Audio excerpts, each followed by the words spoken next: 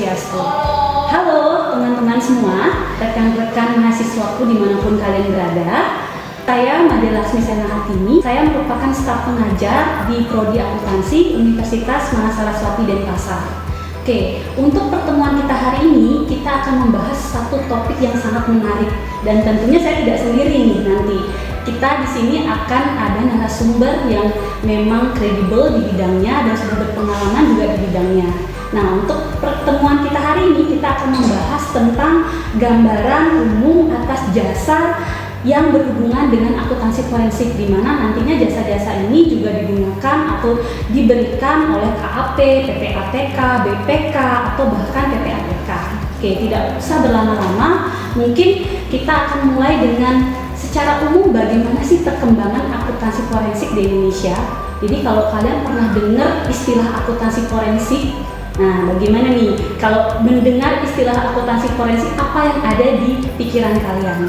Tentunya kalau biasanya mungkin teman-teman taunya forensik hanya di bidang kedokteran ya. Nah, padahal sebenarnya forensik itu adalah cabang ilmu yang banyak digunakan, tidak hanya di sisi kedokteran tapi juga di sisi akuntansi. Nah, kalau kita ngomongin perkembangan akuntansi forensik di Indonesia, itu dimulai pada tahun 1997, di mana pada saat itu terjadi krisis moneter yang cukup melanda Indonesia ya, dan sudah mulai bermunculan beberapa kekurangan, kejanggalan, fraud yang terjadi di Indonesia. Karena adanya fraud tadi itulah makanya muncullah ilmu ini, yaitu akuntansi forensik. Oke, kalau kita berbicara lagi mengenai akuntansi forensik, sebenarnya akuntansi forensik ini merupakan cabang ilmu akuntansi di mana tidak hanya berkaitan dengan satu bidang saja, tapi juga berkaitan dengan beberapa bidang lain, yaitu meliputi audit dan hukum. Jadi tiga ilmu ini bersatu nih membentuk suatu ilmu yang disebut sebagai akuntansi forensik. Oke, tidak usah berlama-lama, kita lanjut ke pembahasan yang berikutnya. Pertama, saya akan bacakan dulu CV dari beliau. Oke, beliau adalah salah satu junior partner di Elmart Consulting. Nama beliau itu adalah Ibu Mahayu Diceriani.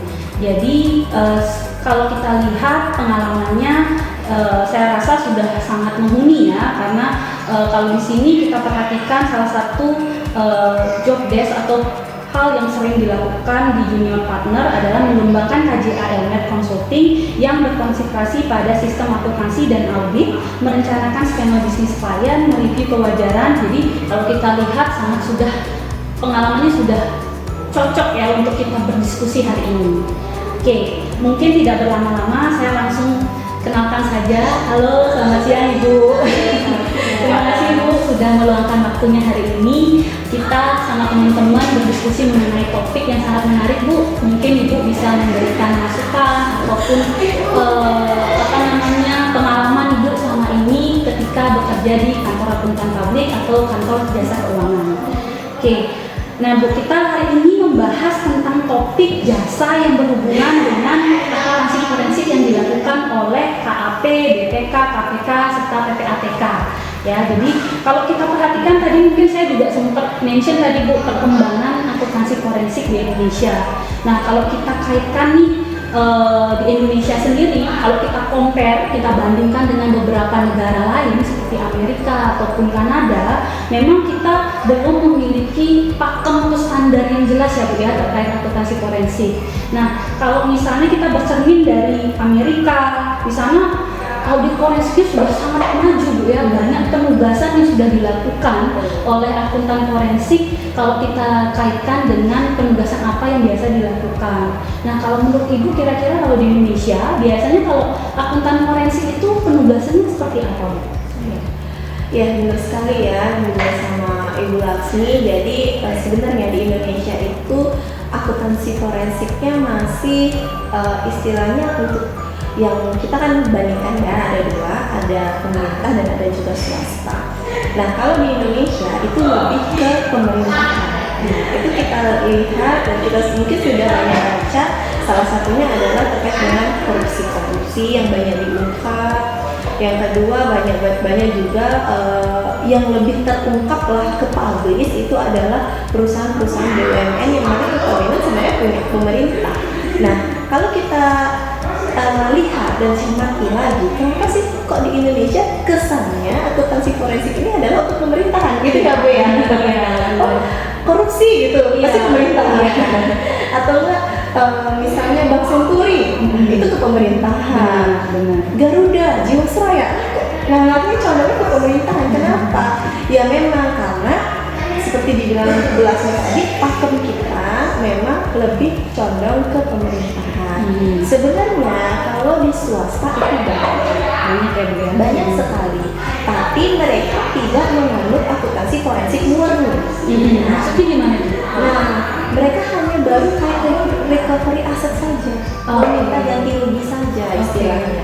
Misalnya nih ada beberapa kasus nih perusahaan yang ada di Bali juga, dia ada kliennya melakukan karyawannya melakukan. Nah, mereka menugaskan kami untuk menyelidiki hal tersebut. Nah, kalau misalnya di negara lain kan tidak hanya aset recovery saja yang dilakukan, tapi ada treatment lain. Tapi kalau di sini hanya recovery sebagai alat yang digunakan untuk ke pengadilan. Iya, saya itu aja. Iya, saya juga sering tuh mendengar di sosial media tentang bagaimana pemulihan kekayaan negara yang dikorupsi. Jadi ada beberapa aset yang disita, kemudian itu termasuk dalam konsep aset recovery kan? Iya. Kalau misalnya yang penugasan tentang ahli, staf ahli itu gimana? Saksi ahli itu?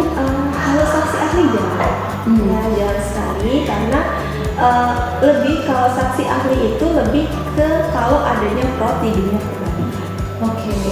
Kalau di perusahaan-perusahaan yang istilahnya swasta ini jarang karena kebanyakan mereka menyelesaikannya hanya dengan bukti-bukti yang sudah kita keluarkan saja. Oh ternyata fraudnya dilakukan dengan kerugian sekian miliar. Nah, menurut dari penuntut itu dengan mengembalikan dana kerugian aja sudah selesai. Dan yang melakukan fraud juga kebanyakan sudah tidak ada perlawanan kembali. Itu yang menyebabkan kami sebagai staf ahli yang untuk berargumen pun jarang memberikan argumen. Berarti memang kalau kita lihat di Indonesia sendiri penugasan yang sering dilakukan lebih banyak ke aset recovery ya Bu ya. Nah kalau kita lihat ini ada dua jenis ya. Ada akuntan forensik pemerintah dan ada akuntan forensik swasta. Nah itu kira-kira perbedaannya apa ya Bu? Nah, perbedaannya itu yang paling mendasar sebenarnya adalah dari dasar kita yang kita gunakan. Nah, kalau dari akuntansi pemerintah itu kan mereka namanya itu adalah KPK ya. Iya, benar. Ada BPK dulu baru KPK. Iya. Nah, itu mereka sudah ada istilahnya aturan-aturan pastinya. Nah, dan itu pun juga sudah dikaitkan dengan KUHP sesuai dengan kepolisian. Nah, sedangkan kalau kami di swasta itu belum ada pakem resminya. Iya, kayak tadi saya mention dulu Bu ya, kita belum punya standar khusus ya akuntansi forensik saat ini ya Bu ya. Kita hanya baru masih condong ke paling PSK, SK yang kita kaitkan sedikit lah dengan undang-undang kepolisian dan menarik sekali ya Bu ya. Kalau kita ngomongin lagi tentang jasa yang berkaitan dengan akuntansi forensik, balik lagi kalau di Indonesia memang hanya satu yang lebih condong yaitu aset recovery. Kemudian kalau kita kaitkan dengan akuntansi forensik swasta dan pemerintahan memang ada perbedaannya. Cuman memang kalau di Indonesia belum ada pakem khususnya Bu ya. Jadi memang kita masih sering mengadopsi standar akuntansi publik jadinya Bu ya. Kita pasti pakai audit investigatif yang punya akuntan publik sebagai dasar kita pada saat kita melakukan pemeriksaan, ketika akuntan forensik melakukan penelusuran pemeriksaan.